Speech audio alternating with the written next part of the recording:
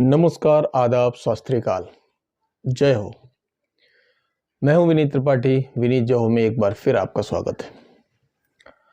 आज एक ऐसी कहानी सुनाने का प्रयास कर रहा हूं जो शायद सबके रुचि का विषय है। आपने सुना होगा बहुत सारे हवाई हादसे होते हैं। कुछ हादसे ऐसे होते हैं जिनकी जांच हो जाती है और निर्णय निकल आता है कि कारण क्या रहे। कुछ ऐसे होते हैं जिनकी जांच कभी नहीं हो पाई। उनमें से एक है जिस कहानी को आज मैं सुनाने जा रहा हूं। 4 सितंबर 1954 की बात है। जर्मनी उस समय दो हिस्सों में हुआ करता था, ईस्ट जर्मनी और वेस्ट जर्मनी। वेस्ट जर्मनी का एक एयरपोर्ट था, छोटा सा एयरपोर्ट था, एथेन। वहां से सैंटियागो एयरलाइंस की एक फ्लाइट उड़ान भरती है दोपहर बाद लगभग। दिन 4 सितंबर 1954 का था और इस उड़ान को ब्राजील जाना था। ब्राजील का एक शहर है आटो एलगेयर, वहां इसे उतरना था। इस विमान में टोटल 88 यात्री और 4 क्रू मेंबर थे। उड़ान शुरू होती है, सामान्य चीजें जैसा कि चलता रहता है। कुछ समय बाद जब ये विमान अटलांटिक ओशन के ऊपर पहुंचता है तो अचानक ये रडार से गायब हो जाता है और एटीसी यानी एयर ट्रैफिक कंट्रोल से इसका कनेक्शन टूट जाता है। हड़कंप मच जाता है। जैसे ही आमतौर पर ऐसा होता है तो ये मान लिया जाता है कि या तो कोई दुर्घटना हुई है या कोई तकनीकी खराबी है। काफी प्रयास किए जाते हैं लेकिन संपर्क नहीं हो पाता।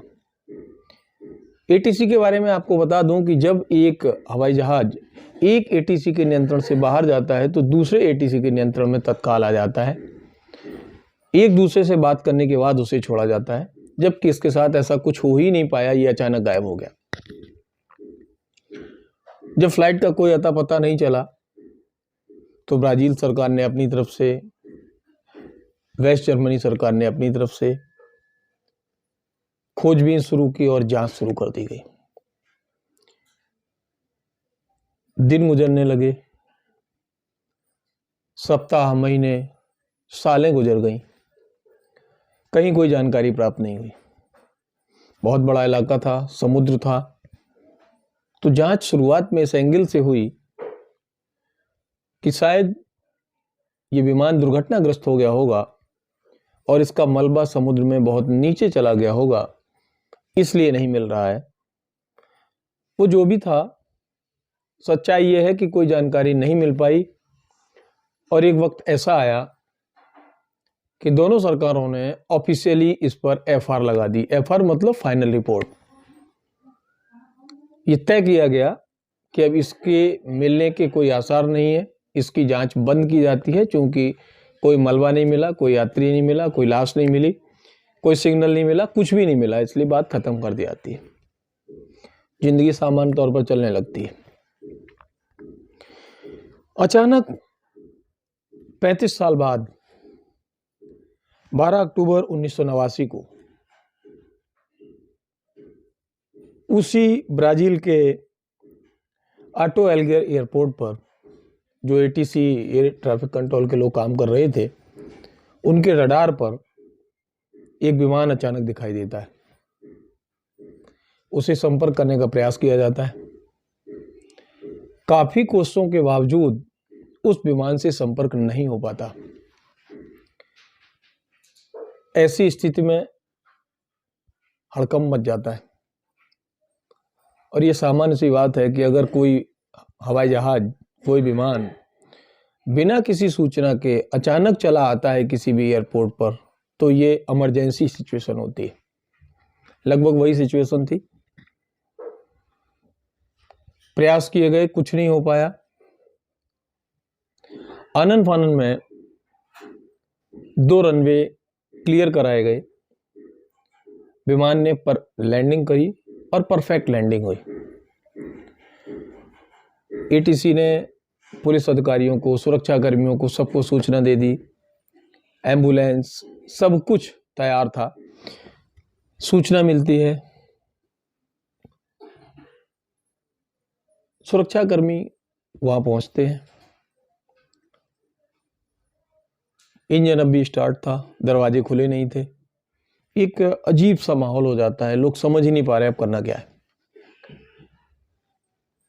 क्या किया जाए। तो वहां के जो सुरक्षा प्रभारी थे उन्होंने तय किया कि सबसे पहले मैं प्रवेश करूंगा। दरवाजे को तोड़ा गया। इसी बीच एयरपोर्ट पर काम करने वाले किसी व्यक्ति की नज़र उस विमान के ऊपर पड़ी कि उस पर लिखा क्या है, और देखा गया कि उसमें सैंटियागो एयरलाइंस लिखा था। यहां से भ्रम की स्थिति और उत्पन्न हुई कि सैंटियागो एयरलाइंस नाम की कोई कंपनी इस समय वर्किंग ही नहीं है, काम ही नहीं कर रही है। दरवाजा खोला गया, अधिकारी अंदर गए। जिस गति से वो अंदर गए थे उससे दुगनी गति से वो वापस आए और चीखते हुए चले आए। हड़बड़ाहट मच गई, सब लोग डर गए, हुआ क्या है। तो उन्होंने आके बताया कि प्लेन में सारी सीटों पर लोग बैठे हुए हैं, लेकिन लोग नहीं है, वो कंकाल है। सुनने में थोड़ा अजीब लगता है, उस समय भी लोगों को अजीब लगा। और अधिकारी गए, एक एक करके प्रत्येक सीट की जांच की गई और ये पाया गया कि हाँ, वास्तव में जो लोग बैठे हैं वो लोग तो हैं, उनके सीट बेल्ट लगी हुई है, सही पोस्चर में बैठे हुए हैं, लेकिन वो सब के सब कंकाल हैं। कॉकपिट जाके चेक किया गया तो पता चला कि वहां भी जो पायलट और को पायलट हैं दोनों अंदर बैठे हुए हैं, लेकिन कंकाल है। हवाई जहाज को लैंड कराने के लिए जिस मार्ग की जरूरत होती है, जिस हैंडल का यूज किया जाता है, उस हैंडल पर उसके हाथ रखे हुए थे, पायलट के हाथ रखे हुए थे। मामला बढ़ा, जांच की गई, लेकिन वक्त के साथ इस कहानी को कहानी के रूप में ही छोड़ दिया गया। आगे की कहानी, बहुत लंबी कहानी, इसकी निकल कर बाहर नहीं आ पाई।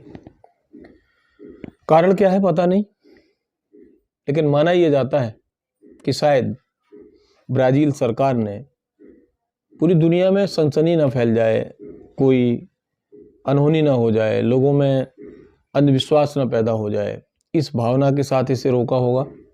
या ये भी हो सकता है कि वैज्ञानिकों ने सरकार को इसके लिए मना लिया हो कि एक ऐसा कांड है जिससे विज्ञान नई ऊंचाइयां पा सकता है, बहुत सारी नई खोजें हो सकती हैं, इसलिए इन्हें बनाया गया हो।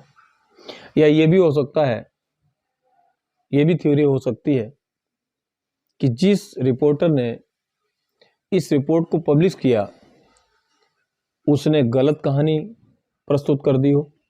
या ये भी हो सकता है कि ये जो फ्लाइट है उसके गायब होने की जो कहानी है उसके कारण किसी ने काल्पनिक रूप से लिख दिया हो, जो भी रहा हो, लेकिन इतना तय है, इस बात के प्रमाण हैं इस दुनिया में कि सैंटियागो एयरलाइंस की फ्लाइट संख्या EWA 513 उड़ान भरी थी, वो कभी ब्राजील नहीं पहुंची। यदि ब्राजील में उतरी तो कैसे, कब, क्या, कहां, इन सारे प्रश्नों के उत्तर अब तक अनुत्तरित हैं। कहा तो यह जाता है कि शायद ऐसा हुआ होगा, लेकिन पैनिक न फैल जाए इसलिए छुपा लिया गया होगा। सच्चाई क्या है, जांच का विषय है। बहुत सारे लोगों ने इस कहानी को सुनाया, अपने अपने तरीके से सुनाया। मैं इसकी सच्चाई को ओत नहीं करता, मैं नहीं मानता, लेकिन ये जो कहानी है यदि कहानी के रूप में भी देखा जाए तो बड़ी रुचिकर लगी। मैंने सोचा आपके साथ शेयर की जाए। यदि आपको ये कहानी अच्छी लगी हो तो चैनल को शेयर करें, लाइक करें, सब्सक्राइब करना ना भूलें। जय हो।